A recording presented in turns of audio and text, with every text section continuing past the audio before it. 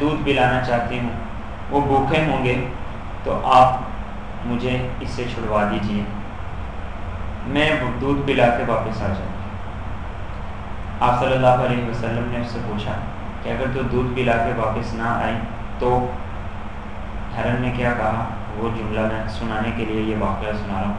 ہرن نے یہ کہا کہ اللہ پھر مجھ پر اسی طرح لعنت کرے جس طرح اس شخص پہ لعنت کرتا ہے جو آپ کا نام سن کر درود نہیں پڑھتا۔ اللہ پھر اس پر اسی طرح لعنت کرے، اگر میں واپس نہ آؤں، اللہ پھر اسی طرح اس پر لعنت کرے جس طرح کہ جو آپ کا نام سنے اور آپ پر درود شریف نہ پڑھے۔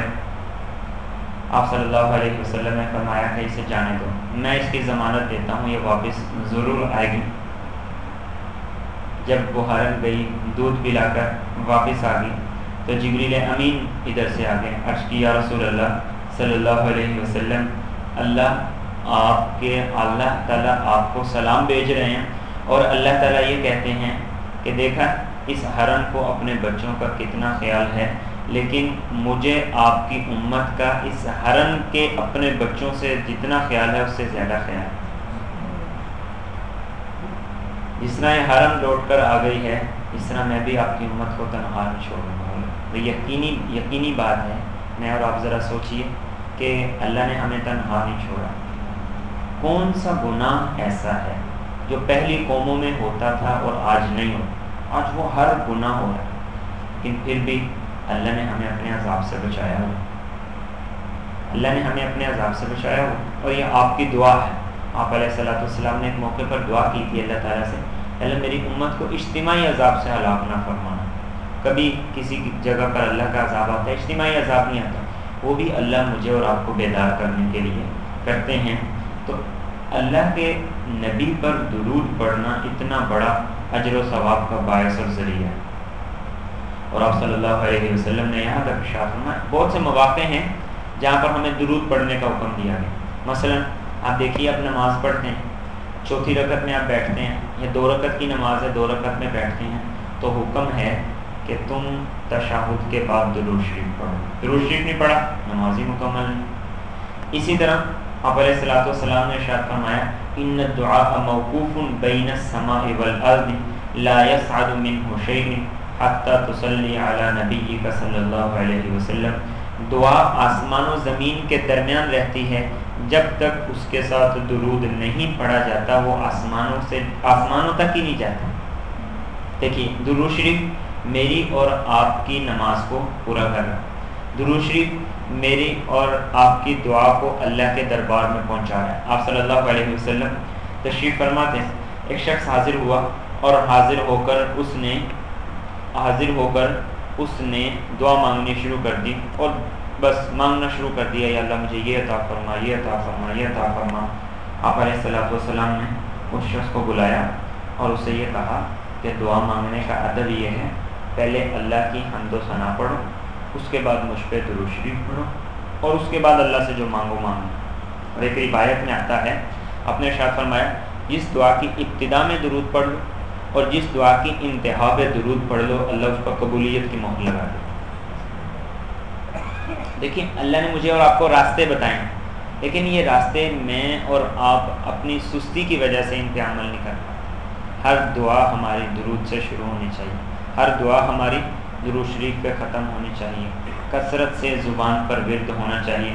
آپ صلی اللہ علیہ وسلم سے ایک صحابی نے عرض کیا رسول اللہ صلی اللہ علیہ وسلم میں بڑا کثرت سے آپ پر درود بھیجتا ہوں، لیکن کتنا درود پڑھوں؟ میں جتنے اوراد و وظائف کرتا ہوں ان کے اعتبار سے میں کتنا درود پڑھوں؟ ان کا چوتھا حصہ وقت نکال کر، چوتھا حصہ جتنے اوراد و وظائف ہیں میں درود پڑھ لوں۔ آپ نے فرمایا جتنا چاہو تم پڑھو، لیکن اگر زیادہ پڑھو تو بہتر ہوگا۔ اس نے عرض کیا رسول اللہ آدھے وقت میں اوراد و وظائف کر لوں، آدھے وقت میں درود پڑھ لوں۔ آپ نے فرمایا یہ بھی تمہارے لیے ٹھیک ہے، لیکن اگر اور زیادہ درود پڑھو اور زیادہ اچھا ہے۔ یعنی عرض کیا رسول اللہ 2/3 وقت میں درود پڑھ لوں، 1/3 وقت میں بقیہ اوراد و وظائف کر لوں۔ آپ نے فرمایا یہ بھی بات ٹھیک ہے، لیکن اگر تم اور زیادہ درود شریف پڑھو تو اور زیادہ اچھا ہے۔ عرض کیا رسول اللہ صلی اللہ علیہ وسلم پھر تو میں سارے وظائف چھوڑ کر صرف ایک درود کو اپنا وظیفہ بنا لیتا ہوں. آپ صلی اللہ علیہ وسلم نے اس پہ جو بات ارشاد فرمائی وہ بڑے غور سے سننے کی ہے. آپ نے ارشاد فرمایا اذن تکفی ہمہ، پہلی بات یہ ہے اگر اپنے سارے اوراد و وظائف چھوڑ کر ایک درود شریف کو اپنا وظیفہ بنا لو گے، اللہ دنیا کے سارے غم ختم کر دیں. اور دوسری بات کیا ارشاد فرمائی وَيَغْفِرْ لَكَ ذَنْبَكَ، اور تیرے سارے گناہ معاف کر دیں. ہم اور بھی بڑے اوراد و وظائف کرتے ہیں، تو درود شریف کو اپنی زبان کا معمول بنا لیجیے. صلی اللہ علیہ وسلم، یہ مختصر سا درود شریف، یہ مکمل درود شریف، مکمل درود شریف ہے. جب وقت ملے صلی اللہ علیہ وسلم. دیکھیے آپ مسجد میں داخل ہوتے ہیں، بسا اوقات اکثر تو دعا پڑھنا بھول جاتے ہیں، لیکن مسجد میں جیسے داخل ہوتے ہیں، داخل ہونے کی یہ دعا ہے اللہم افتح لی ابواب رحمتی، لیکن یہ دعا نامکمل ہے. بسم اللہ والصلاۃ والسلام علی رسول اللہ اللہم افتح لی ابواب رحمتی، درود بھی ساتھ، دعا بھی ساتھ. نکلتے ہوئے بھی اس طرح بسم اللہ والصلاۃ والسلام علی رسول اللہ اللہم انی اسألک من فضلک ورحمتک، نکلتے ہوئے درود بھی ساتھ، دعا بھی ساتھ. اور بڑی خوبصورت بات کہ آپ صلی اللہ علیہ وسلم بھی جب مسجد میں داخل ہوتے ہیں آپ خود اپنے آپ پہ درود پڑھا کرتے ہیں. آپ علیہ الصلوۃ والسلام جب مسجد میں داخل ہوتے ہیں تو آپ بھی خود اپنے آپ پہ درود پڑھتے، دعا پڑھتے، مسجد میں داخل ہوتے. نماز پڑھ رہے ہیں، آپ علیہ الصلوۃ والسلام نماز پڑھ رہے ہیں، کیا مانگ رہے ہیں اللہم صلی علی محمد، خود اپنے آپ پر درود پڑھ رہے ہیں. تو اللہ کے نبی نے ہمیں یہ سکھایا کہ اگر تم درود نہیں پڑھو گے نماز بھی مکمل نہیں، دعا آسمان و زمین کے درمیان میں ہے، دعا بھی قبول نہیں ہے، اور سب سے بڑا یہ کہ تم اللہ کی رحمت سے محروم ہو، ایک مقبول عبادت سے تم محروم ہو. لیکن اگر درود شریف تمہارا وظیفہ بن جائے اللہ ہر غم سے نجات دے گا، ہر غم سے نجات دے گا. یا آپ علیہ الصلوۃ والسلام کا فرمان، درود کو اپنا وظیفہ بنا لیجیے. جہاں کہیں مشکل آ جائے، پریشانی آ جائے، حل نہیں ہو رہی، آپ درود شریف پڑھنا شروع کر دیجیے، اللہ پریشانی حل کر دے. میرا مزاج ہے، عادت ہے، اللہ نے بنائی ہوئی ہے، جہاں کہیں پریشانی آ جائے، کوئی مشکل آ جائے، میں درود شریف شروع کر دیتا ہوں، اللہ راستہ نکال دیتا. تو اگر ہم بھی درود شریف پڑھنا شروع کر دیں، کوئی پریشانی ہے، کسی قسم کی پریشانی ہے، صلی اللہ علیہ وسلم صلی اللہ علیہ وسلم صلی اللہ علیہ وسلم صلی اللہ علیہ وسلم، 1 منٹ میں یہ والا جو درود شریف ہے جو میں آپ کے سامنے پڑھ رہا ہوں، آدمی کم از کم 30 دفعہ 40 دفعہ پڑھ سکتا ہے 1 منٹ. تو 30-40 دفعہ پڑھ کے کتنی رحمتیں انسان پہ نازل ہوں، کتنی نیکیاں آئیں. تو ہم اگر دن کا 1 منٹ بھی ہم یہ درود شریف پڑھیں تو 40 مرتبہ تو پڑھ سکتے ہیں، لیکن ہم دن کا 1 منٹ بھی درود شریف نہیں پڑھتے. کتنے زیادہ جفا کی بات ہے، کتنے زیادہ ظلم کی بات ہے کہ جس نبی کے صدقے ہم زندہ ہیں، جس نبی کے صدقے ہم زندہ ہیں، ہم اس نبی پر درود ہی نہیں پڑھتے. اس لیے ضرورت ہے کثرت سے درود پڑھیے.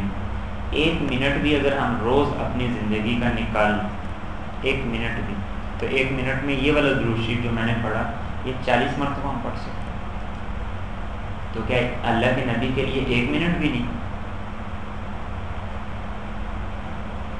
وقت کو نکالنا ہوگا، اپنے آپ کو فارغ کرنا ہوگا.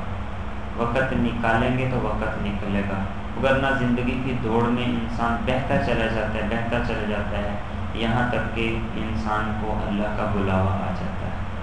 اپنے اوقات مخصوص کیجیے. رات کو بستر پر آئیں تو بستر پر 1 منٹ سے تو کوئی فرق نہیں نہ پڑنے والا.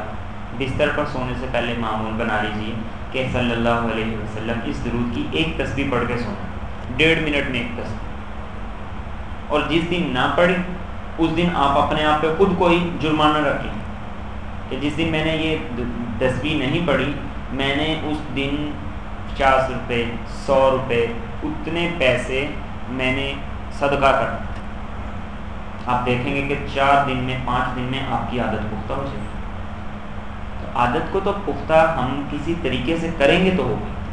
تو اس لیے یہ درود پاک یہ قیامت کے دن میرے اور آپ کے کام آنے والا ہے. آپ صلی اللہ علیہ وسلم نے حدیث میں ارشاد فرمایا میرا ایک امتی اس کا نام ہے اعمال، نیکیاں کم پڑ جائیں گی، نیکیاں کم پڑ جائیں گی.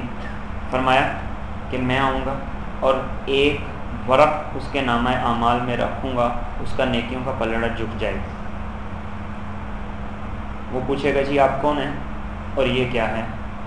تو میں اسے بتاؤں گا کہ میں تیرا نبی ہوں، تیرا رسول ہوں، اور جو تو نے مجھ پر درود پڑھا تھا یہ وہ تیرے نامہ اعمال میں ڈال دیا۔ تو ہم کیا چاہتے ہیں کہ اللہ کے نبی ہمارے نامہ اعمال میں کتنا درود ڈال دیں؟ جتنا پڑھیں گے اللہ کے نبی تو اتنا ڈالیں گے۔ تو اس لیے اللہ کے نبی کی سفارش حاصل کرنے کے لیے، اپنے دنیا اور آخرت کے مسائل حل کروانے کے لیے، اپنے گناہوں کی معافی کے لیے، اللہ کی رحمت کو حاصل کرنے کے لیے، اپنے گناہوں کی معافی کے لیے، اپنے درجات کو بلند کرنے کے لیے کثرت سے درود کا اہتمام کیجیے۔ اللہ رب العزت مجھے آپ کا اللهم يا سامع الصوت ويا سابق الفوت ويا قاسي العظام لحما بعد الموت صل على نبينا وحبيبنا وشفيعنا أفضل صلوات بعدد معلوماتك اللهم اكفنا بحلالك عن حرامك وأغننا بفضلك عمن سواك اللهم أرنا الحق حقا وارزقنا اتباعه وأرنا الباطل باطلا وارزقنا اجتنابه صلى الله على النبي الكريم وعلى آله وأصحابه أجمعين برحمتك يا Facebook. I know you would love to connect with Islam to focus. Link is given for your ease. Get connected. Jazakallah.